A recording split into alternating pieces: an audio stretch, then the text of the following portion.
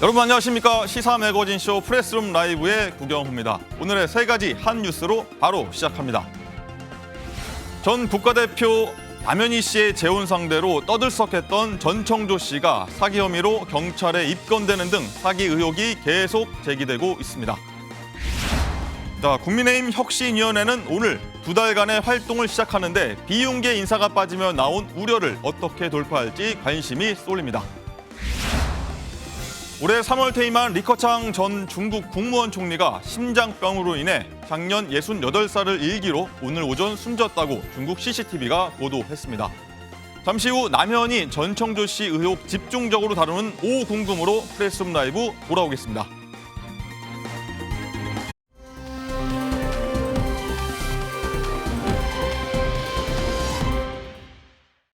네, 프레스룸 라이브는 유튜브로도 함께 시청할 수 있으니까요. 댓글로 의견 남겨주시기 바랍니다.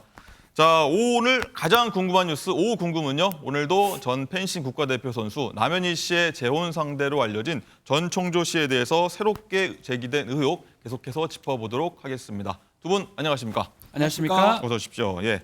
자, 우선 장가희 기자, 우선 전청조 씨의 성별이 가장 의문이었잖아요. 네. 근데 이 남현희 씨가 전청조 씨의 성전환 사실을 알고 만났다는 보도가 계속 나왔어요. 어제 남현희 씨의 인터뷰를 보니까요. 남현희 씨는 전청조 씨의 성전환 수술 사실을 이미 알고 있었다라고 말했습니다. 그러면서 전청조 씨가 주민번호 뒷자리가 1로 시작하는 민증 하나, 또 2로 시작하는 민증 하나, 그러니까 총 2개의 주민등록증을 가지고 있었다 이렇게 언급했습니다. 1은 남자, 2는 여자를 뜻하자는 거잖아요. 그렇습니다. 김은배 팀장님, 어제 새벽에 경찰 신원조사 과정에서는요.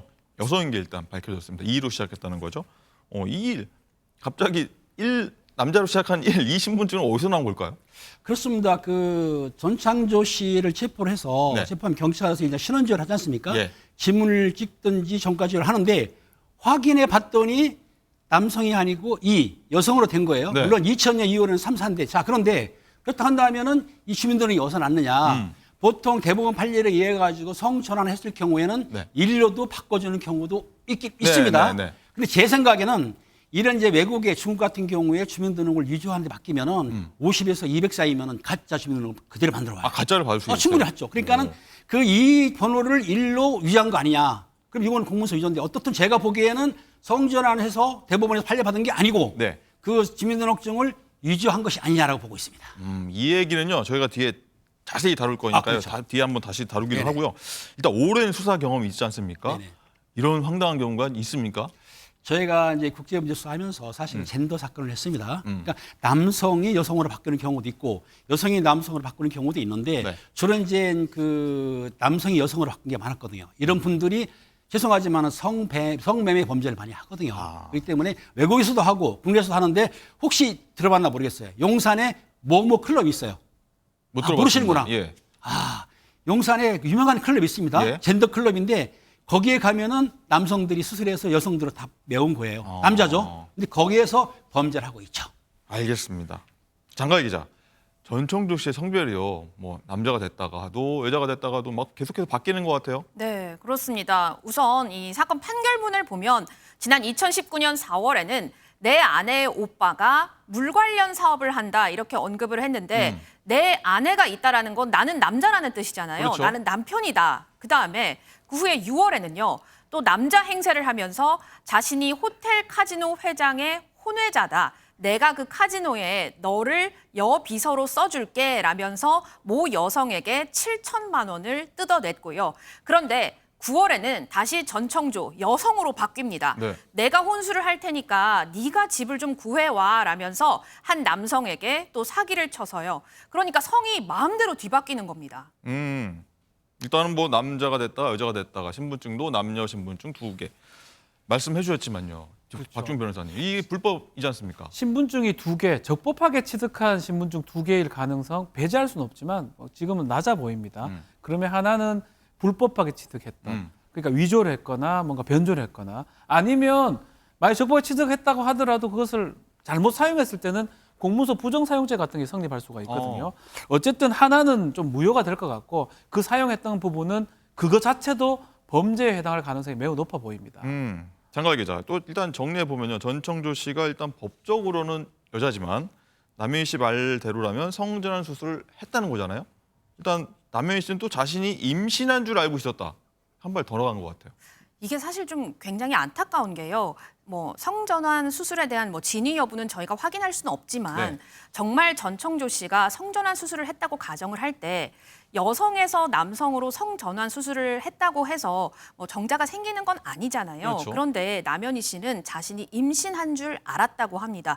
이게 어찌된 일인가 봤더니 전청조 씨가 남현희 씨에게 임신 테스트기를 10여 개를 줬다고 합니다. 그런데 그 전청조 씨가 준 임신 테스트기로 테스트를 할 때마다 두 줄이 떴대요. 이거는 임신이라는 거잖아요. 임신됐다는 거죠? 네. 그런데 남현희 씨가 하도 이상해서 친정 식구들에게 테스트 결과가 좀 이상해라고 말을 했더니 가족들이 테스트기 너가 직접 샀니? 라고 물었고 남현희 씨가 그때서야 돌이켜보니 전청조 씨가 모두 포장지가 없는 테스트기를 줬다는 게 생각이 난 겁니다. 그러니까 이거 가짜 장난감 임신 테스트기인데 이 테스트기는 물에만 닿아도 두 줄이 된다고 합니다. 물에만 닿아도요? 네, 그리고 친정 식구가 갖다 준 테스트기로 검사를 해보니까 당연히 임신은 아니었고 남현희 씨는 자신이 산부인과에 가서 진단을 또 받으려고 했지만 전청조 씨가 자신을 못 가게 막았다고 합니다.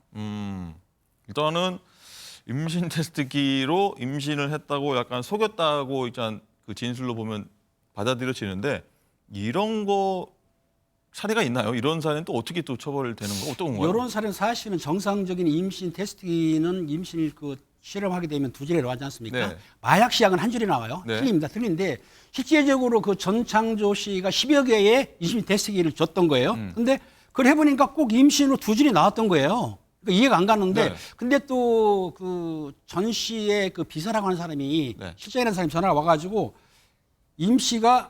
남 씨가 임신 극초기 상태라고 말을 했는데 극초기 상태. 믿지를 못했어요. 그래서 집에 와서 그 부모한테 얘기했더니 그러면 임신 테스트기를 네가 직접 산 거냐 물어봤다는 거예요. 아니다 그랬더니 그럼 이상하다 그래가지고 여동생이 사온 걸로 했더니 한 줄이 뜬 거예요. 임신 아닌 걸로 나왔다. 아닌 걸로 나왔던 거죠. 네. 그러니까 전창조 씨가 줬던 임신 테스트기는 정상적인 임신 테스트기가 아니고 그게 아마 그 10,000원짜리 이럴 때 장난으로 하기 위해서 외국에서 살 수가 있습니다. 1,000원에서 8,000원 정도 가는 임신 테스트기를 준 것이다. 그리고 아마 그 남현희 씨가 받았을 때 보면은 그 테스트기가 포장된 게 아니고 포장이 뜯었다는 얘기예요. 뜯은 상태로 네. 했기 때문에 그리고 아까 그 그 아나운서님 말을 했지만은 장가희 씨가 말했지 장가희 않습니까? 기자. 문제는 수돗물에 넣어도 두 줄이 나온다. 완전히 가짜인 거죠. 그 가짜를 주면서 남현희 씨를 임신한 것처럼 속였던 건데 임신했으니까 내가 책임질게. 모든 걸 내가 알아서 한다. 이렇게 남현희 씨를 위로하면서 네. 거짓말했던 것이죠. 박준 변호사님. 예. 뭐 일단 임신했다고 상대를 속인 거잖아요. 이런 경우에는 법적 처벌을 받을 수 있나요? 어떤 혐의인가요? 별의별 게 다 있는데 지금 보면 거짓말을 할 때 이게 법적으로 처벌되는 경우 거짓말을 한다고 처벌되지는 않습니다. 거짓말을 해서 재산상 이익이나 재물을 받았을 때 네. 사기죄가 될 수가 있고요. 거짓말을 해서 어떤 업무를 방해했을 때 위계는 업무 방해죄 이런 게 성립할 수가 있기 때문에 지금 단순히 뭐 그 이후에 어떤 행동들을 했던 것 같긴 한데 이거 임신 테스트기 요거만으로는 안 된다. 범죄라고 보기는 좀 어렵습니다. 아직까지는. 아. 그렇지만 상당히 좀 놀랍네요. 쏘은 사람도 그렇고 또 쏘긴 사람도 그렇고. 네. 예. 좀 저희가 좀 받아들이기 쉽지 않습니다. 자, 장가희 기자. 그리고요, 이 전청조 씨가 정체가 탄로 나자 남현희 씨를 좀 설득하려고 또 뭐 거짓말인지 뭔가 모르겠습니다. 설득하려고 무진장 애를 썼다고요. 이거는 제 사견입니다만 남현희 씨는 정말 끝까지 좀 아량을 베푸려고 했던 것 같아요. 왜냐하면 그 남현희 씨가 전청조 씨에게 이렇게 말했다고 합니다. 솔직하게 말해라. 네. 너가 재벌 3세가 아니어도 나 상관없고 네. 그래도 평생 지낼 수 있다. 이렇게 언급을 했다고 해요. 그런데 전청조 씨가 강화도에 사는 친구 그리고 어머니에게 전화를 걸었답니다. 전화를 걸어서 이 남현희 씨가 혹시 이 친구에게 전청조 씨의 친구에게 재벌 회장 아버지 진짜 본 적 있어요? 라고 묻자 이 스피커폰으로요? 스피커폰으로? 네, 그랬더니 강화도 친구가 네, 저는 그 재벌 회장 아버지를 2번 봤어요라고 말을 했다고 하고요. 네. 또 이번에는 남현희 씨가 내가 전청조 너희 어머니를 좀 뵙자라고 말을 했다고 해요. 그랬더니 야, 우리 엄마는 재벌 아버지가 있다는 거를 공개가 되면 안 되는 일인데 이게 공개가 돼서 우리 엄마가 너무 화가 나 있어라고 말을 하면서 어머니에게 전화를 걸어서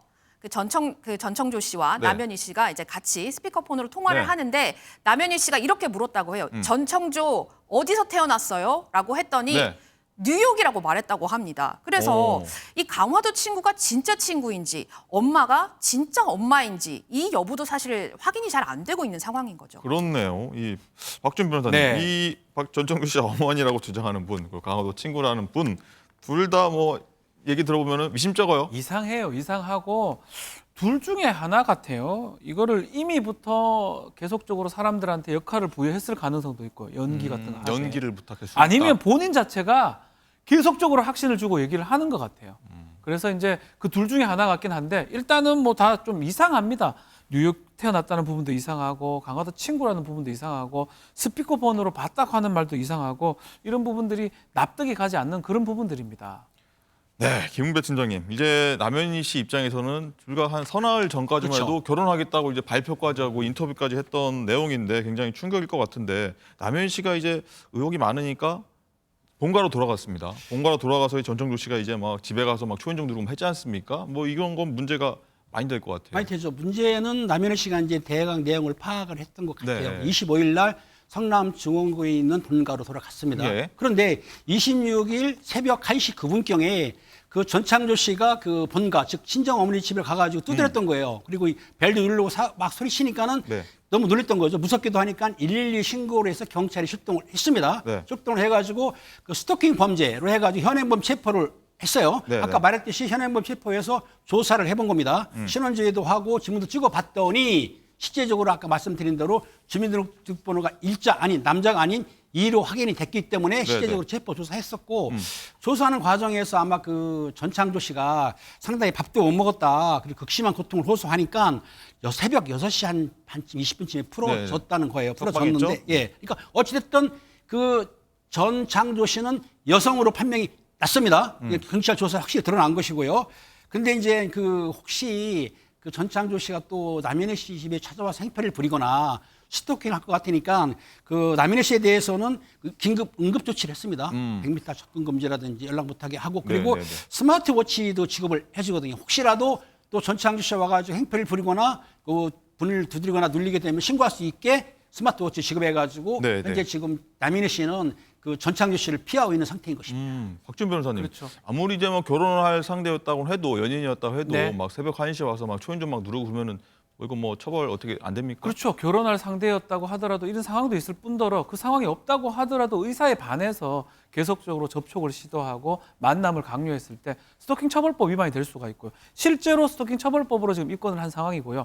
그거 말고도 초인종 계속 누른다면 주거 침입죄 같은 거 성립할 수 있거든요. 아마 경찰에서 그것 때문에 아마 체포를 했던 걸로 보입니다. 다만 앞서 얘기한 것처럼 뭐 중하거나 하진 않았기 때문에 일단은 석방이 됐고요. 아마 그 스토킹 부분도 계속적으로 조사가 될 것으로 생각이 듭니다. 저희가 지금 방금 속보가 들어와서 자막으로 나가고 있는데 남현희 씨가 경찰 진술에서요. 너무 힘들다. 전청조 씨가 접근을 더 이상 안 했으면 한다고 하더라고요. 이 박준 변호사님 이렇게 되면 두 분의 관계는 이제 뭐 거의 그렇죠. 물 건너갔다고 이 봐야죠. 정도 얘기를 했다면 사실은 법적으로도 응급 조치가 지금 취해져 있는데 그 응급 조치 때문에 접근을 할 수가 없을 겁니다. 전청조가 지금 밖에 있긴 합니다. 구속된 게 아니기 때문에 네. 그럼에도 불구하고 남현희 씨도 자체가 만나기 싫어하고 있기 때문에 아마 두 사람이 만나는 경우는 이제 보기는 좀 어렵지 않을까 생각이 듭니다. 근데 지금 전청조 씨는 어디 있다고 보면 됩니까? 김은배 팀장님. 전청조 씨요? 예. 현재 지금 피해 있는 것으로 알고 있는데요. 네. 왜냐하면 지금 고소 고발이 들어왔지 않습니까? 네. 경찰에서 이제 그 일단은 현행범 체포했지만은 48시간 내에 조사하고 보내야 되는데 알다시피 아까 극심한 고통을 호소했지 않습니까? 예, 예. 그러니까 일단은 석방을 했어요. 네. 석방한 상황이기 때문에 어디 있는지는 경찰도 파악이 안 될 거예요. 그렇지만 지금 고소가 들어왔기 때문에 소지를 추적해서 그 남영 씨한테 연락을 취해서 출도 요청을 하든지 출도 안 하게 되면은 아마 체포영장 발부받아서 권고를 할 수 있습니다. 그렇군요. 자, 장가 기자. 한 매체가 입수한 전청조 씨의 업무를 봐주는 실장 그리고 뭐 제보자, 뭐 다양한 사람들이 지금 뭐 목소리가 확보됐다고 하는데 한번 어떤 내용인지 들려주시죠. 다양한 사람이 아니라 전청조 씨가 4명의 연기를 한 겁니다. 아, 다양한 사람이 아니에요? 그렇습니다. 모두 전청조 씨의 목소리인 것으로 밝혀졌는데 네. 하나는 자신이 언론사에 전청조에 대한 제보를 하려고 한다라고 하면서 기자에게 전화를 걸어요. 그래서 그런데 전 청조가 이 언론사를 고소하면 어떻게 되죠? 이런 식으로 자신의 궁금증을 풀기 위해서 언론사에 전화했던 거 들어보시겠습니다. 제보하려고 하는데요. 보장이 되나요? 그 전청주 씨, 걔 친한 사람한테 얘기 들었는데, 언론중재위원회 거기 갔대요. 전청조 씨가요? 매체마다 다 고소한다고. 오늘 뭐 가신다고. 어제 가셨나? 뭐 그랬다고 저는 진짜요? 들었거든요. 그러진 근데 않죠. 제가 걱정되는 건 막 네. 저도 여기저기서 많이 얘기를 들었는데 걔가 언론 매체마다 전화해가지고 기사 내려달라 그러면 내려준다 그랬다고. 또 하나 있습니다. 자신이 전청조가 아니라 전청조의 일을 봐주는 실장이라고 하면서 저도 기자 생활 좀 해봤는데요. 라면서 거짓말한 것 들어보시겠습니다. 전청조 대표님 맞으시죠? 뭐 때문에 그러시죠? 저는 전 대표님 휴대폰, 이게 업무 휴대폰이시다 보니까. 아, 대표님이 제가- 아니세요, 지금? 예, 아, 제가, 어떤 분이신지? 이제 담당하는 직원분인데, 아, 제가 이제 제가 선생님 뭐라고? 그냥 실장님이라고 불러주시면. 아, 실장님이신데요. 예, 성함이 예. 어떻게 되세요? 저는 이수진입니다. 저도 기자 생활을 안 했던 건 아닙니다. 저도 이제, 아, 그래서 진 실장님도 네, 기자였어요? 기자를 준비하는 과정에 있었었어요. 아, 기자 아, 네. 준비를 하셨구나. 언론고시부 준비를 하셨나요? 네, 근데 저 그러다 보니까 주변에 기자분들이 굉장히 많은데, 아, 네네네. 네, 지인분들이 현재 생활을 하고 계신 분들도 많고요. 근데 아직 끝이 아닙니다. 누군가의 여자친구 행세, 그리고 남현희 씨의 예비 신랑 버전까지 들어보시죠. 지금 가 친구들이랑 연락이 안 돼요. 알고 있어요? 일부러 연락을 안 하는 거예요. 왜 안 하는데요? 제가 못하게 했으니까. 이랑 저랑 사고 쳤고, 그래서 애가 생겼어요. 자, 그 부분에 대해서 그러면은 결혼해서 같이 함께 살아가려고 하면 집도 있어야 되고, 아이를 키울 만한 서로의 능력이 충분히 있어야겠죠. 이거는 뭐 현이랑 저희 엄마랑 가족들만 아는 거라, 네. 그냥 막연하게 쉽게 얘기할 수 있는 부분이 아니에요. 아니에요. 난 언니 걱정되고 형부도 걱정되고 그냥 어떻게 해야 되는지 또. 네, 알겠습니다. 언니 지금 바빠요? 통화 중이에요. 형부 제가 갈까요?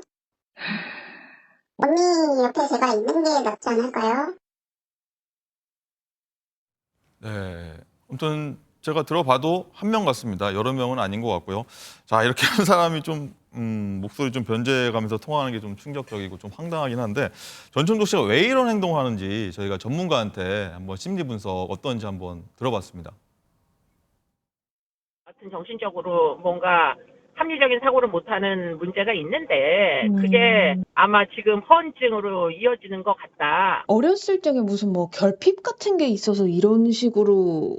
열등감 같은 거는 아주 심하게 있었던 것 같아요. 아, 뭐 학력에 대한 열등감 또 외모도 여성으로서의 어떤 뭐 이렇게 우러러 볼 만한 외모가 아니고 뭐 이런 모든 아이덴티티 문제가 심각한 것 같아요. 남성 행세도 했다가 여성 행세도 했다가. 정체감에 이제 혼란이 심하고 그로 인해서 허언증 비슷한 게 있고 과대망상도 좀 있는 것 같고. 네, 허언증, 뭐 과대망상 이런 분석을 해주셨는데 김배 팀장님, 현업에서 한 추석 많이 하실 때요. 혹시 뭐 한 사람이 이렇게 다양한 연기 뭐 이런 거 하면서 이런 범죄를 저지른 뭐 그런 사람이 있었나요?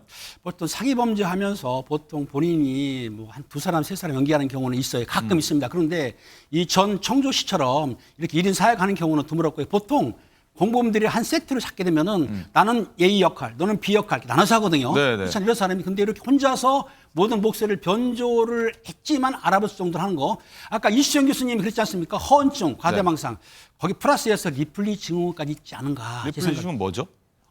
자기가 거짓말 하지 않습니까? 네. 그럼 자기 거짓말 한 것을 자기가 믿는 거예요. 아. 갈수록 거짓말이 업그레이드, 네. 계단식으로 올라가는 거예요.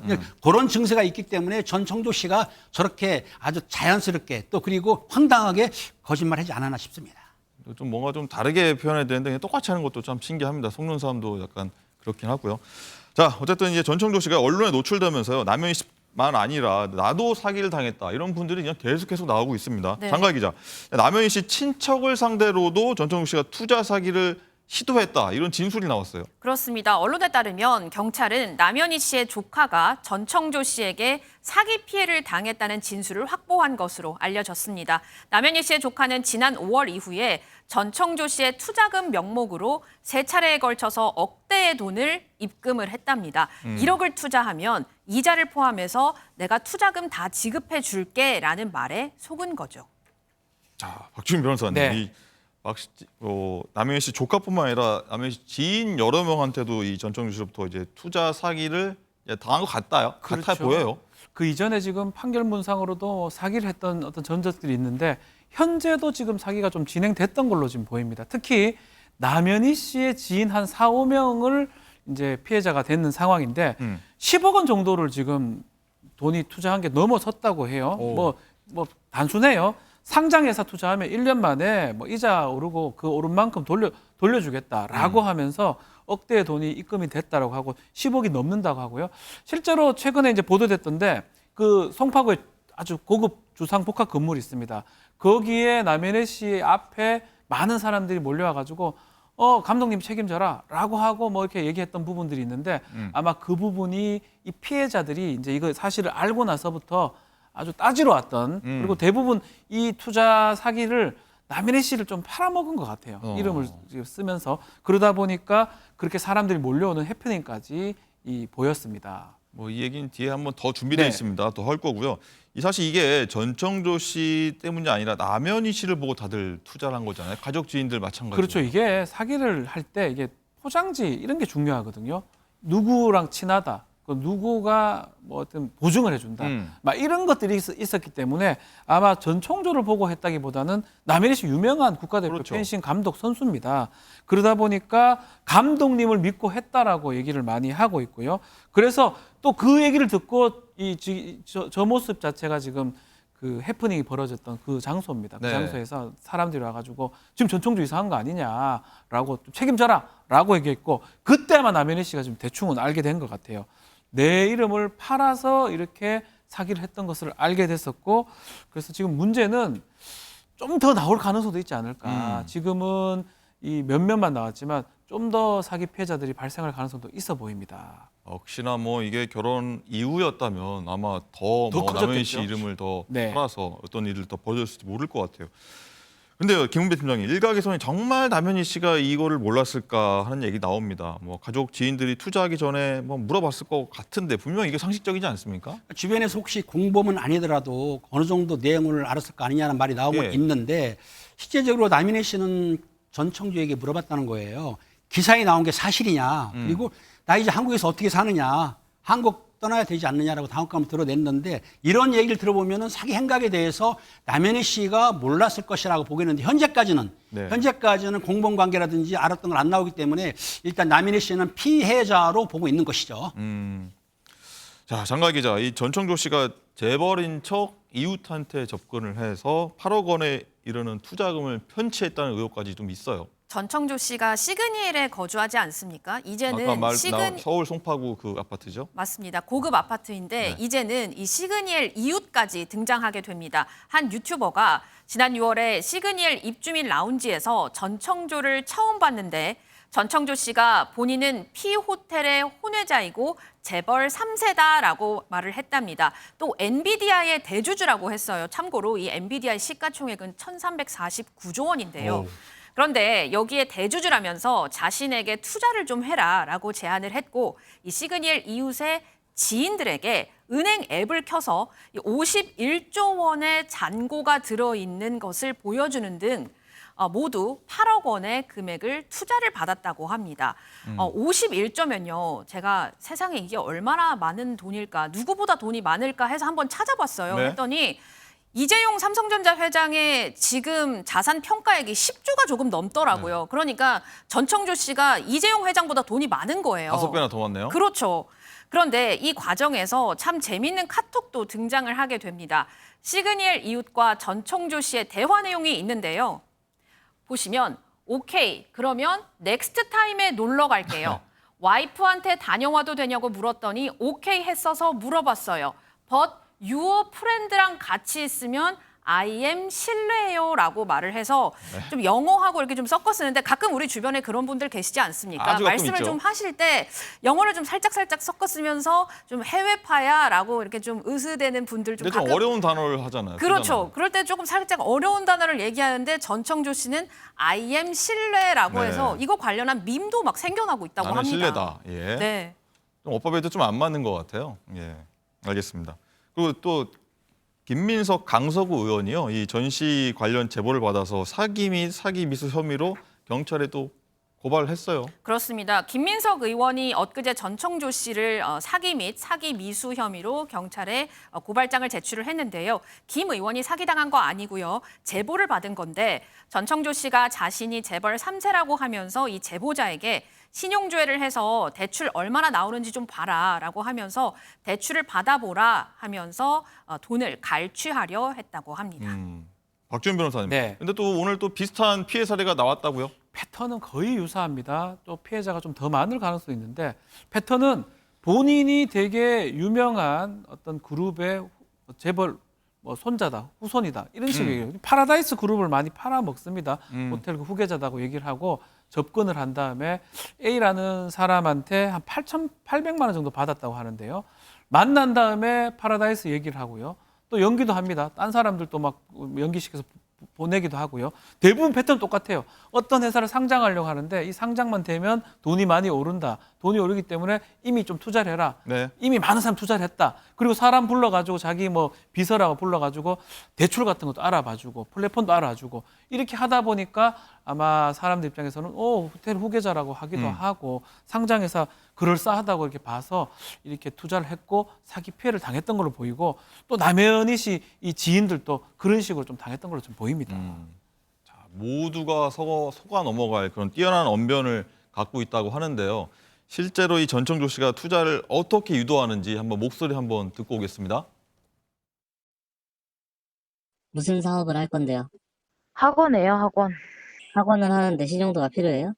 예절교육 학원을 할 거고 그 부분에 대해서 사무실도 필요하고 하니 대출이 이루어질 것 같은데 그 부분에 대해서 지금 직장이 없어서 그런 거지 제가 보증인으로 들어가면은 대출이 좀 꽤 나와요. 저희가 아시는 은행장님도 있고 해서 그렇게 제가 옆으로 껴가지고 하면 돈 좀 돼서 그걸로 저희가 지금 학원을 차리려고 준비 중이에요. 예절교육 학원이라고 해서. 네, 김은배 팀장님. 이 얘기가 3년 전인 2020년 1월 전창조 씨의 전 남자친구 지인과의 대화인데 당시에도 예절 학원을 할 거다 이렇게 설명을 하는데 어떻게 들으셨어요? 제가 보기엔 황당한 얘기인데요. 그걸 믿는 사람이 이해가 안 가는데 사실 앞서 전 씨는 한 여성지와 인터뷰에서 뭐라고 했냐면 미국에서 태어나고 뉴욕에서 승마를 전공했다고 했습니다. 미국에서 태어나면 미국 시민권이 있어야 돼요. 네. 아시죠? 자, 그리고 지금 글로벌 IT 기업에서 임원으로 있는데 현재는 국내 아이들을 대상으로 해서 예체능 심리학 예절 교육 시킨다고 지금 하고 있지 않습니까? 네. 그리고 대출을 받으려고 했던 것 같아요. 그러니까 자기가 아는 남자친구 이모 씨 지인한테 아마 통화한 내용 같은데 네. 대출을 받자 자기가 보증으로 쓰겠다. 그럼 대출이 많이 나온다. 자기가 20살 때부터 신용카드를 썼기 때문에 시형들이 올라갔다. 여기 좀 말이 안 되는 얘기 않습니까? 근데 그런 얘기를 했고요. 어떻든 간에 대출이 많이 나올 것이라고 하면서 남자친구의 지인을 속였던 것이고요. 그해 2020년 5월 피해자들을 상대로 해가지고 약 2억 2천만 원을 편취를 했답니다. 해가지고 인천지법에서 징역 2년형을 선고를 받았습니다. 받았군요. 그런데요. 3년 전 예절교육 이게 나왔습니다, 얘기. 근데 최근에도 또 예절교육학원 한다고 얘기를 했어요. 예절교육학원 이거 왜 자꾸 나오는 건가요? 예절교육이라 하는 거는 아마 제가 보기에는 이 심리학 전공한다는 사람들이 좀 애매하지 않습니까? 그러니까 자기가 특별하게 가진 게 없어요. 근데 예절이라는 거는 누구나 알지 않습니까? 아마 그걸 빙자한 것 같은데 아마 어제 26일 날 전청조 씨에게 2천만 원을 사기당했다면서 송파소에 한 피해자가 신고를 했습니다. 네. 고소를 한 것이죠. 네. 그리고 5월 8일 말 액기업을 한다면서 투자 명목으로 사기 행각을 벌였다는 의혹인데요.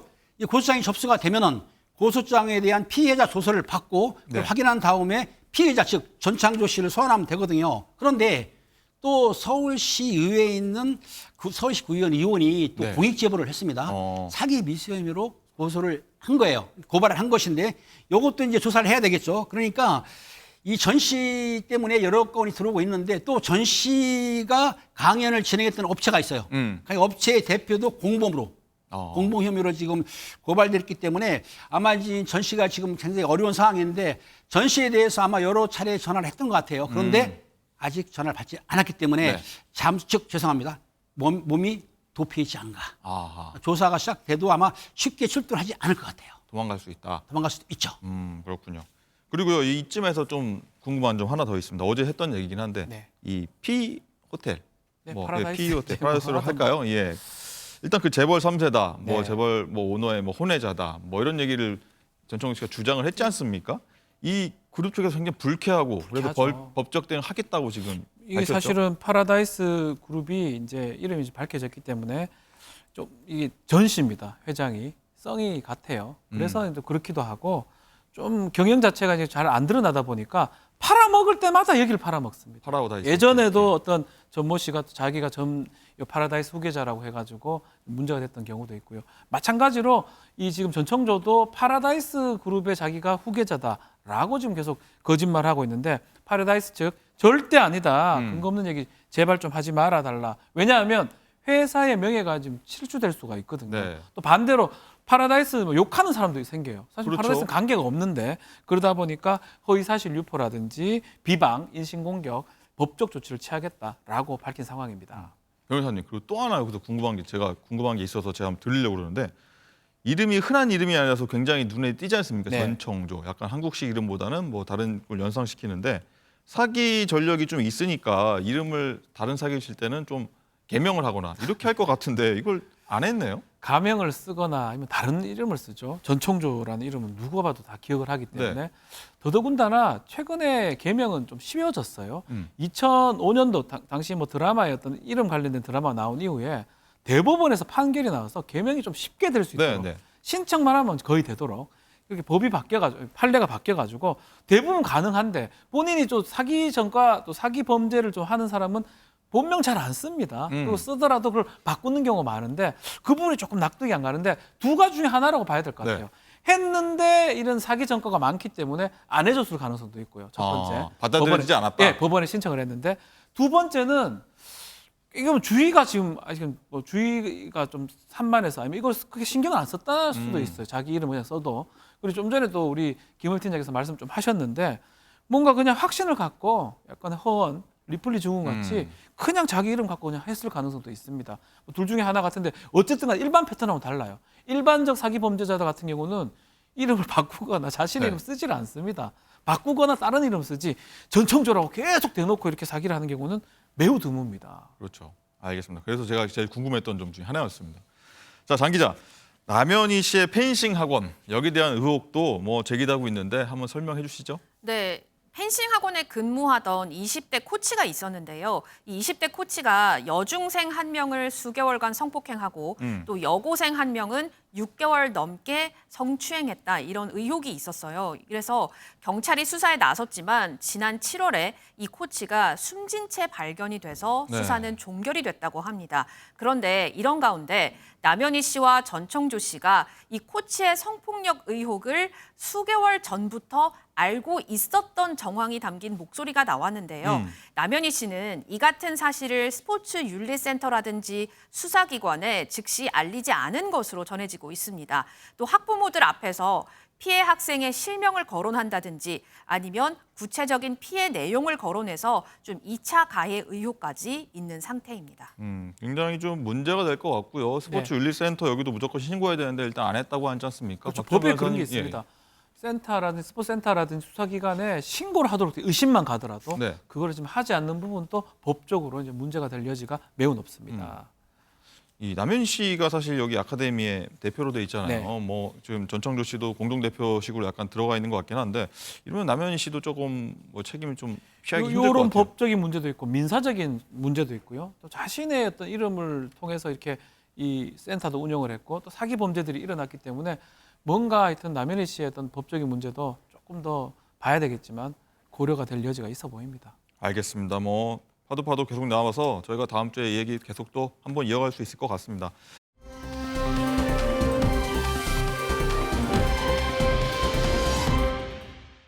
자, 그럼요. 이번에는 좀 바꿔보겠습니다. 연예인 마약 사건 한번 넘어보겠는데 지금 마약 혐의로 수사 중인 받고 있는 이제 배우 이성균 씨와 가수 지드래곤 있지 않습니까? 출국 금지 검토 중이라는 보도가 나왔어요. 최근에 유명 연예인들이 보면 해외 패션쇼 많이 가거나 아니면은 또 해외로 가서 촬영을 많이 하잖아요. 그렇죠. 그래서 경찰이 이들이 현재 출국 금지 상태는 아니지만 출국 금지 여부를 검토할 예정이라고 했습니다. 또 추후에 구속영장 신청 가능성까지 언급했습니다. 김은배 팀장님, 이들에게 또 마약을 공급한 공급책도 적발이 됐죠? 그렇습니다. 최근에 이제 한 이슈에 떠올랐던 그 이모 배우하고 네. 그러면 지드래곤의 이름 말해도 됩니까? 권모 씨 네. 같은 경우에는 지금 경찰에서 마약 투약 혐의로 수사하고 있지 않습니까? 입건을 했습니다. 근데 마약을 투약하려면 누가 공급을 해야 되겠죠. 공급책이 누구냐 했더니 의사예요. 의사요? 예. 그 의사분이 4명에 대해서 마약 공급을 했는데 네. 전에 말씀드린 그 이 배우하고 그다음 지드래곤 그다음에 그 유흥업소 시장 있지 않습니까? 이런 사람들한테 마약을 제공을 했습니다. 근데 마약을 판매하거나 제공하려면 대가를 받아야 되지 않습니까? 네. 근데 마약 대가를 안 받았다는 거예요. 그래서 경찰에서는 지금 이모 씨 같은 경우 의사 같은 경우에는 사실은 그 불구속 수사를 하고 있는데 마약이라고 한다면 좀 헷갈리긴 한데 네. 마약류라고 하면 헷갈리죠. 그렇죠.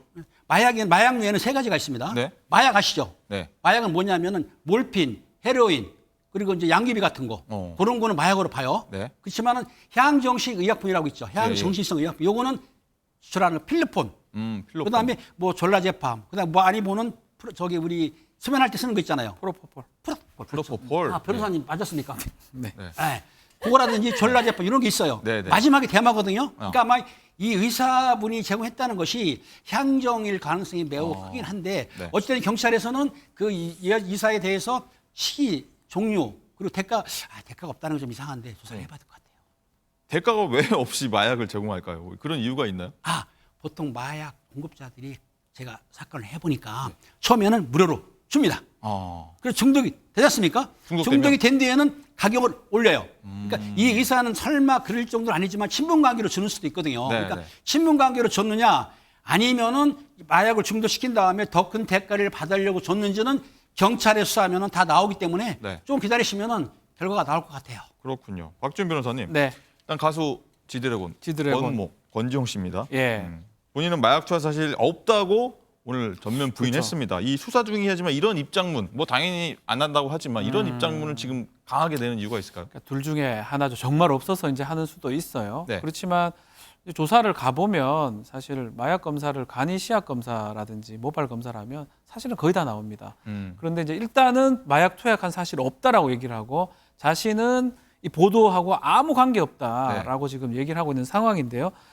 한 가지는 좀 봐야 될 것 같습니다. 이 연예인들, 특히 뭐 배우라든지 가수라든지 광고에 했을 때 본인이 받는 그 광고 계약금이 있습니다. 계약금, 위약금은 얼마냐면 2~3배가 책정이 돼요. 만약 제가 광고하면서 1억을 받았으면 마약이나 이런 것 때문에 자신의 어떤 신뢰가 떨어지게 된다면 광고 제품의 어떤 신뢰가 떨어지기 때문에 몇억의, 몇백억, 몇십억의 손해배상을 할 여지가 있습니다. 그런 것 때문에 일단은 전면 부인하는 상황이라고 해석할 수도 있어요. 네. 자, 가장 중요한 거는 소환이 지금 곧 된다고 하니까 가서 뭐 조사를 받아보면 마약 사건은 사실은 몸에 다 남아져 있습니다. 네. 진위가 바로 가려집니다, 사실은. 그래서 이 말이 맞는지 안 맞는지는 금방 확인이 됩니다. 정말 부인한 대로 그 사실이 맞을 수도 있고 아니면 다른 이유 때문일 수도 예. 있다. 이렇게 보면 되고요. 또 하나 이제 마약 스캔들로 인해서 뭐 연예계 전체가 술렁이고 있어요, 사실. 네. 뭐 며칠 때 확인되지 않은 루머도 뭐 계속 나오면서 피해자들 속출하고 있고요. 이런 가짜 뉴스 뭐 분명히 있습니다. 섞여 있습니다. 제재할 방법은 있을까요? 절대로 가짜뉴스 뭐 이렇게 배포를 해서는 안 됩니다. 보는 거는 뭐 문제 없다고 말씀 좀 안 되지만 이것을 이렇게 복사해서 넘기는 즉시 본인도 가짜뉴스를 퍼뜨리는 게 되거든요. 처벌이 됩니다.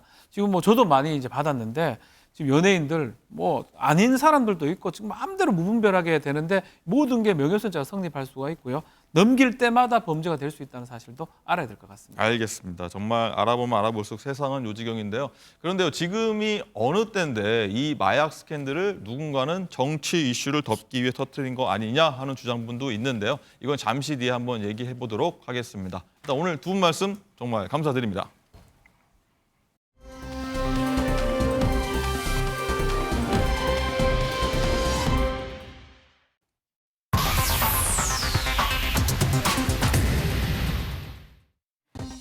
라이브, 라이브픽의 박진아입니다. 먼저 첫 번째 픽입니다. 어제 라이브픽에서 벤츠 한 대가 서울 한남동 골목식당을 들이받은 사고 소식 전해드렸는데요. 이 사고를 낸 운전자가 밝혀졌습니다. 가수 설운도 씨의 부인이었는데요. 이 차에는 설운도 씨와 설 씨의 아들도 타고 있었습니다. 가족과 외식을 마치고 집을 가던 중 골목에 진입하자 차가 순간적으로 속도를 냈다며 현재 설 씨 측은 차량 급발진을 주장하고 있습니다. 이 급발진은 살인 행위고 대형 사고로 이어질 수 있다며 사회적인 문제로 다뤄져야 함을 전하기도 했는데요. 경찰 조사 결과 술을 마시거나 마약을 한 상태는 아니었다는데 정말 급발진이 맞다면 더욱더 정확한 조사가 이루어져야겠습니다. 이 드라마의 한 장면이 아닙니다. 어제 배우 김민종 씨가 국회 국정감사장에 나타났습니다. KC 컨텐츠 공동대표 자격으로 출석을 한 건데요. 지난 7월에 공동대표에 취임한 이후 진행한 6조 8천억 원의 K콘텐츠 시티 사업 추진 배경 논란에 대해 설명하기 위해서입니다.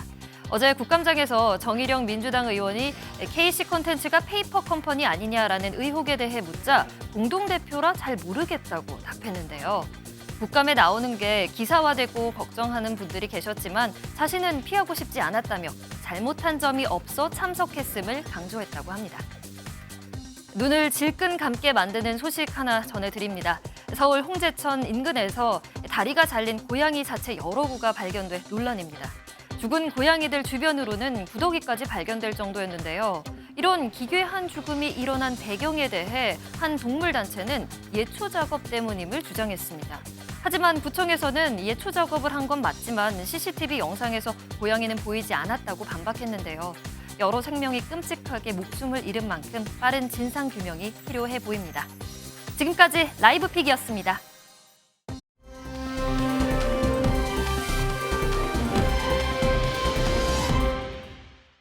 네, 지금부터는 정치권의 핫한 이슈를 모은 이슈집입니다. 프레스룸 라이브의 뉴스 핵심 관계자 두 분 오셨습니다. 어서 오십시오. 안녕하세요. 안녕하세요. 자, 그럼 본격적으로 첫 번째 이슈 들어가겠습니다. 첫 번째 이슈는요. 저 정도면 병이라고 저희가 정해봤습니다. 누가 어디서 왜 이런 말 했는지 궁금한데 목소리 먼저 듣고 오겠습니다. 최근에 연예계 마약 사건 관련해서 안민석 의원이 난데없는 음모론을 가져왔어요. 우리 사회 곳곳에 퍼지고 있는 이 마약 사건 검거가 뭔가를 덮으려 하는 의도가 있다라는 거예요. 어떤 근거나 증거가 있습니까? 정치 중요한데요. 그런데 마약은 정치와는 무관하고 마약은 정치를 모릅니다. 저 정도면 병 같습니다. 한동훈 장관이 어제 국회 법사위 국감에서 한 발언인데요. 방금 들으신 게 일단 아까 저희가 조금 전에 얘기했던 마약 스캔들, 연예계 마약 스캔들 관련한 얘기인데 이 마약 스캔들 파장이 정치권까지 영향을 미치고 있다 이런 얘기입니다. 그래서 민주당의 안민석 의원이 연예인 마약 의혹 수사가 기획된 거라고 주장을 했는데 네. 이정훈 실장님 어떻게 이거 바라보십니까? 일단 안민석 의원이 발언하기 직전에 부대변인 이경 부대변인이 SNS를 통해서 이 비슷한 어떤 문제 제기를 했습니다. 네. 그런데 안민석 의원이 바로 이것을 이어간 것이죠. 차이가 뭐냐면 이경 부대변인은 아직 원외입니다. 네. 그래서 면책특권이 없고 또 크게 반향이 일어나진 않았어요. 그때까지는. 근데 안민석 의원은 좀 다르죠. 오선 의원에다가 현역 의원입니다. 발언이 되자마자 이건 바로 국감장에서 이야기될 정도로 이 파장에 대한 어떤 그런 국민의힘 측에서는 파장에 대한 우려도 있을 테고요. 또 진위 여부에 대해서 사실은 공방이 벌어질 수밖에 없는 상황 아니겠습니까? 근데 이제 안민석 의원 그러면 왜 또 병이다 이렇게 얘기되는 그 이유가 안민석 의원이 지금까지 많은 의혹 제기들을 해왔습니다. 뭐 아시다시피 최소한 국정농단 사건에서도 300조 원이 숨겨져 있다 하는 발언. 그 발언도 나중에는 자신이 한 적이 없다라고 하지만 JTBC의 인터뷰에 그 내용이 포함되어 있거든요. 네. 아직 녹취에 있습니다. 그러므로 그 부분도 사실상 안민석 의원이 굉장히 공경을 계속 치르는 부분인데 그 외에도 윤지호 씨 장자연 사건과 관련된 공익 제보자로 부추긴 사건도 있었고 뭐 최재형 왜 의원 있지 않습니까? 네. 종로에 출마했을 때도 뭐 친일파다, 그러니까 증조부가 친일파다 근거 없이 계속 이렇게 이야기하고 거기에 대한 어떤 책임이 없었던 그런 전력에 비추어서 이번에도 마약 수사가 마치 윤석열 정부의 어떤 여러 가지 실정을 덮으려는 그런 이 타이밍, 정치는 타이밍이다라고 이야기했는데 결국은 이 인터뷰에서도 지금 발언에서도 뭐가 있냐면 개인적인 의견이고 근거는 없다 이렇게 얘기했습니다. 사실 5선 의원이라면 보통은 국회의장감이거나 네. 아니면 당대표 이 정도의 뭐 중진 중에 중진 아닙니까? 네. 그런데 중진의 그런 원로까지는 아니지만 그런 의원이 근거 없다라고 자신이 이야기하면서도 그런 발언을 계속했다는 것, 이게 사실상 또 병이다라는 그런 비판을 스스로 받게 되는 어떤 원인이 아닌가 싶습니다. 5선 의원이라면 말에 좀 무게감은 있어야 된다, 신중해야 된다 이런 말씀이신 것 같고요. 일단 한 장관이 저 정도는 병이다 계속 말씀해 주셨는데 신정현 의원은 어떻게 들으셨어요? 저 정도는 병이다라고 말했던 한동훈 장관을 보면서 한동훈 장관 저 정도면 병이다라는 생각을 했어요. 아, 한동훈 장관이요? 네, 한동훈 장관은 정치병을 좀 앓고 있는 사람 같습니다. 이 정치적 견해야 다양할 수 있죠. 그리고 국회의원으로서 여러 가지 정치 현상들에 대해서 다양한 의견들을 낼 수가 있다고 저는 생각을 합니다. 하지만 그것에 대해서 같은 정치인들 간의 의견들을 다양하게 낼 수 있습니다. 하지만 행정을 책임지고 있는 법무부 장관은요, 이러한 견해를 냈을 때 이렇게 대답을 보통 합니다. 이제까지의 마약 수사가 이렇게 이루어졌고 실태가 이렇게 정말 참혹합니다. 그렇기 때문에 지금 이 상황이 그렇게 중요하게 수사가 가야 될 이 상황입니다. 이렇게 답변을 했을 거예요. 그런데 그런 행정적인 어떤 답변이 아니라 정치적인 답변을 했다라는 것입니다. 무슨 말이냐면 본인이 법무부 장관인지 혹은 국민의힘 윤석열 정부의 대변인인지 본인의 지위를 망각하고 있는 거예요. 다시 말하면 정치인 병이 들었다. 저는 그렇게 좀 평가를 하고 싶고요. 어떠한 정치적 어떤 입장들을 듣던지 간에 법무부 장관으로서의 할 말을 명확히 지켰으면 좋겠고요. 그게 싫고 힘들다 그러면 그 직 내려놓으시고 국민의힘 대변인으로 입당하시거나 아니면은 윤석열 정부에 들어가서 대변인으로 역할을 하시는 것이 정치적 발언을 하기에는 훨씬 더 좋다라고 생각이 듭니다. 그 자리는 정치적 중립과 그리고 또 행정의 아주 중요한 객관적 사실을 언급하는 자리라는 것을 다시 한번 제가 말씀드립니다. 자, 그러면 본론으로 돌아가서요. 현 정권이 느끼고 있는 뭐 연예인 마약 수사를 뭐 터트린 거다. 여기에 그러면 신정현 의원은 어떻게 생각하십니까? 사실은 뭐 현 정권의 이야기뿐만이 아니고요. 매 정권마다 어떤 정치적 이슈가 크게 터지면 연예인과 관련된 이슈로 덮으려 했다라는 것이 사실은 오랫동안 정설처럼 여겨졌던 뭐 것도 이슈를 사실이에요. 이슈 덮는다 이런 거 뭐 영화에도 맞습니다. 많이 나오지 않습니까? 뭐 영화에도 나오지만 과거 여러 역사적 사실들을 돌아보면 그랬던 사례들이 분명히 또 있어 왔죠. 그래서 그런 것들에 대한 충분한 의심을 가질 수 있는 것이라고 저는 생각해요. 다만 앞서서 우리 이종근 실장님 말씀하셨던 것처럼 5선의 국회의원이 말하기에는 충분한 근거와 과정이 너무나 미약했다라는 생각 저도 합니다. 그런 면에서는 거기에 대한 발언의 책임 그리고 그 근거에 대한 충분한 합리성을 가지고 답변을 했어야 된다는 생각이 들고요. 예, 그런 면에서는 좀 그 발언에 대한 충분한 논의가 그리고 그 절차와 과정이 좀 생략된 건 아쉬움이 있습니다. 네, 이종건 실장님, 이처럼 좀 마약 논란으로 좀 뭐 시끌시끌합니다 정치권이. 이동관 방송통신위원장이 어제 국감에서 마약 사범의 방송 출연 금지를 검토하고 하겠다고 밝혔는데 이 부분에 대해서는 또 어떻게 보십니까? 일단 이런 부분은 있습니다. 지금 마약과 연예인과의 어떤 관련성에서 사실상 너무 솜방망이 쳐버리다라는 비판도 많아요. 지금 이전에 제이 씨가 있습니다. 유명한 어떤 남자 배우죠. 네. 그런데 마약과 관련돼서 수사를 받고 형을 받았는데 재판에서 어떻게 됐냐면 집행유예를 받았어요. 그리고 H 씨도 굉장히 유명한 배우인데 역시 집행유예가 아니라 벌금형을 받았습니다. 네. 결과적으로 이분들은 1, 2년 후에 바로 다 복귀를 했어요. 복귀해서 지금 또 다시 뭐 영화계나 혹은 뭐 드라마에 나오고 있습니다. 그런데 지금 이제 뭐 G드래곤 씨가 지금 오늘 부인은 했습니다만 이렇게 연예인들의 마약 사건이 터질수록 왜 우리가 경계를 해야 되냐면 그만큼 마약이 그렇게 큰 일이 아니구나. 일반인들이 생각할 때 또 그 사람들을 우상으로 생각하는 그런 세대가 봤을 때 저렇게 해서 다시 이렇게 나올 수 있구나 한다면 마약에 대한 어떤 경계심이 무너질 수 있는 거 아니겠습니까? 그러니까 지금 검찰이 애써서 수사를 해서 기소를 하면 재판부가 이렇게 그 솜방망이 처벌을 하고 다시 연예계로 돌아와서 전혀 아무 일도 없었던 것처럼 되풀이 된다면 지금 마약 사범은 우리나라가 청정국이 아닌 지가 벌써 5년이 됐고요. 그렇죠. 또 청소년들이 자그마치 2012년부터 따져봤을 때 거의 1000배 이상 청소년들이 연관되어 있는 그런 범죄가 늘어난 겁니다. 네. 그렇다면 우리가 좀 더 경계를 세워야 된다라는 의미에서 아마도 이동관 방통위원장이 그런 지금 안을 내놓은 게 아닌가 싶습니다. 중하게 봐야 된다 이런 말씀이셨고요.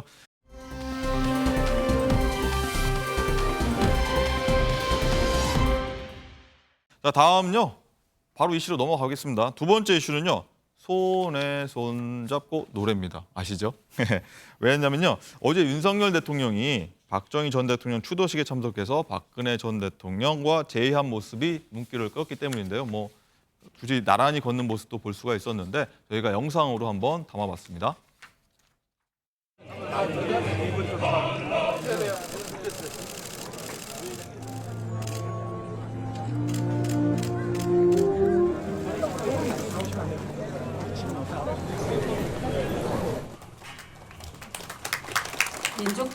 박정희 대통령의 하면 된다는 정신은 우리 국민에게 자신감을 불어넣어 주었고 조국에 대한 자부심을 불어넣어 주셨습니다. 이 뜻깊은 자리에서 영예이신 박근혜 전 대통령님과 유가족분들께 자녀로서 그동안 겪으신 슬픔에 대하여 심심한 위로의 말씀드립니다. 오늘 해외 순방에서 돌아오시자마자 곧바로 추도식에 참석해 주신 윤석열 대통령님께 심심한 사의를 표합니다. 지금 우리 앞에는 여러 어려움이 놓여 있다고 합니다. 하지만 저는 우리 정부와 국민께서 잘 극복해 나갈 것이라고 생각합니다. 네, 박근혜 전 대통령이 우리 정부와 국민께서 잘 극복해 나갈 것이다 이렇게 얘기를 했는데요. 현직 대통령이 박정희 전 대통령 추도식에 참석한 건 이번이 처음이지 않습니까? 어떤 의미가 있다고 보십니까? 일단 저는 두 가지예요. 의미가 없다라는 측면을 바라볼 수도 있습니다. 왜냐하면 윤 대통령이 2021년부터 지금 11.6과 관련돼서 박정희 대통령의 서거일과 관련된 이런 어떤 추모식에 거의 참석을 했었어요. 2021년에는 경선 후보였는데 네. 당시에 10월 26일 날 그러니까 당일날 추도식엔 참석하지 않았지만 시간대를 달리해서 참배를 했습니다. 그리고 작년에는 대통령 신분이었는데 10월 26일 날 가려고 하다가 혹시나 굉장히 뭐 경호상의 문제 또 이렇게 혼란스러운 문제 때문에 하루 전날 갔었어요. 10월 25일. 그러면 이번에는 10월 25일 날 왜 못 갔냐면 지금 순방 일정 때문에. 순방에 도착하자마자 바로 참석. 그러니까 10월 26일이 되잖아요. 도착하자마자. 그래서 갔다. 라고 한다면 이게 윤 대통령이 일관되게 박정희 대통령의 산업화에 대한 어떤 그런 이 평가와 함께 그런 행동을 보인 것이다라고 할 수 있는데 정치적인 의미가 있다고 보는 측면에서는 왜 네. 없겠습니까? 있겠죠, 당연히. 지금 두 가지가 달라졌어요. 하나는 박근혜 전 대통령이 참석한 건 처음이잖아요. 그 참석한 추도식에 직접 그러니까 박근혜 대통령이 그만두고 지금 추모식을 처음으로 참석한 그런 행사에 윤 대통령이 현직 대통령으로 갔다. 그러니까 박근혜 전 대통령과 조우했다라는 게 정치적 의미. 두 번째는 총선을 6개월도 안 남기고 있다. 이 두 가지가 해석을 낳을 수밖에 없죠. 박근혜 대통령 말씀을 조금만 하면 지금 우병우 민정수석, 그다음에 최경환 전 부총리 이런 분들이 그러니까 박근혜 대통령의 진짜 지근거리에서 모셨던 사람들이 지금 뭐 선거에 나오겠다라는 움직임을 보이고 있잖아요. 그렇죠. 그러니까 혹시나 친박계라는 이름으로 또다시 뭉쳐서 이 당이 아닌 제3의 어떤 세력으로 나오게 된다면 어떻게 될까? 이런 부분들이 상당히 또 주목을 받고 있었는데 두 사람의 어떤 만남 속에서의 어떤 대화를 보면 일단 윤 대통령이 그 부분에 대한 리스크를 좀 상쇄한 게 아니냐라는 또 정치적 해석을 낳게 되는 지금 어저께 만남이었습니다. 그리고 보면 윤 대통령이 직접 이 추도사 초안부터 직접 챙겼다고 해요. 여기도 보면 굉장히 이번에 공을 들였다고 볼 수 있을 것 같아요. 네, 그렇습니다. 정치적 의미를 다시 해석을 한다면 그만큼 박근혜 전 대통령이 참석했다라는 걸 의식 안 할 수가 없겠죠. 그리고 또 두 사람의 어떤 이 인연이 또 있지 않습니까? 음. 지금의 어떤 인연 이전에 한 사람은 검사고 한 사람은 피고인, 네. 기소한 피고인이니까 그 관계에 있어서 그만큼 또 한자 한자 또 한 글자 한 글자 신경을 쓸 수밖에 없었지 않았을까요? 그렇죠. 예. 신정현 의원은 예. 어떻게 보셨습니까? 두 분의 만남.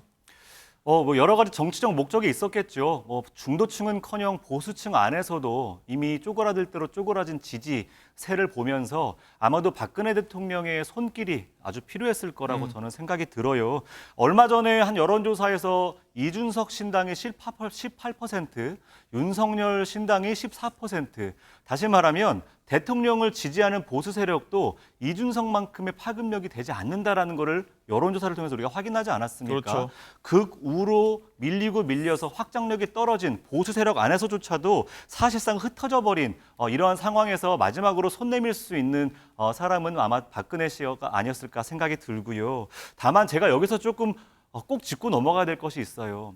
해외 순방 이후에 곧바로 들렀던 곳이 박정희 전 대통령에 대한 추도식이었습니다. 네. 그런데 곧 있을 29일 이태원 참사에 대한 추도식에 대해서는 불참을 선언했어요. 저는 그 이유를 듣고 정말 놀라지 않을 수가 없었는데 정치적 집회이기 때문에 참석할 수 없다라는 이야기를 했다라는 거예요. 자, 그렇다면 이번에 참석했던 박정희 전 대통령 추도식에는 어떤 언급이 있었는지 아십니까? 문재인 대통령에 대해서는 공산당 빨갱이란 이야기들이 현장에서 곧바로 다 터져 나왔습니다. 거기에 대해서 윤석열 대통령은 가만히 듣고 계셨죠. 그 어떠한 집회보다도 정치적인 공간이 바로 박정희 전 대통령 추도식이었습니다. 그런데 29일에 있을 이태원 참사 추도식에서는요, 심지어 야권 야당들 모두 다 삭제하고 오직 유가족들의 단독 주최로만 가겠다고까지 언급했지만 여전히 불참의 입장을 고수하고 있다라는 겁니다. 알겠습니다. 참사의 진상을 요구하고 있는 이 시점에서도 반국가 세력이라는 입장으로 이 상황에 대한 책임과 위로, 미안함을 표현하지 않는 것은요, 이 정부의 그야말로 정말 비참한 참상이 아닌가 이렇게 생각이 듭니다. 네, 일단 어제 얘기 한번 더 집중해 보겠습니다. 과거 말씀해 주셨지만 과거 수사 검사와 피의자 관계로 얽힌 두 사람의 관계인데 신 의원은 이 화해 행보로 보십니까? 아니면 단순히 그냥 정치행위라고 보십니까? 뭐 이미 화해 행보라고 하는 여러 가지 경선 후보 때부터 있었던 거 아닙니까? 예, 그래서 뭐 화해 이런 좀 제스처는 사실 그냥 정치적 수사고요. 아까 앞서 말씀드렸던 것처럼 이미 보수 지지층 내에서도 갈라질 대로 갈라져 버린 현재 상황. 이제는 조그만 이제 지지 대위에서 홀로 서 있는 윤석열 정부에 대한 지지세를 확장할 수 있는 유일한 카드는 이제는 박근혜 대통령밖에 없다라는 인식이 아닌가 저는 그렇게 보여집니다. 이종건 실장님, 이 두 대통령의 만남이 핵심 지지층 결집에는 도움이 되겠지만 뭐 어떻게 보면 또 중도층 그리고 뭐 외연 확장에 좀 부담스러울 수 있다. 뭐 이런 해석들도 나와요.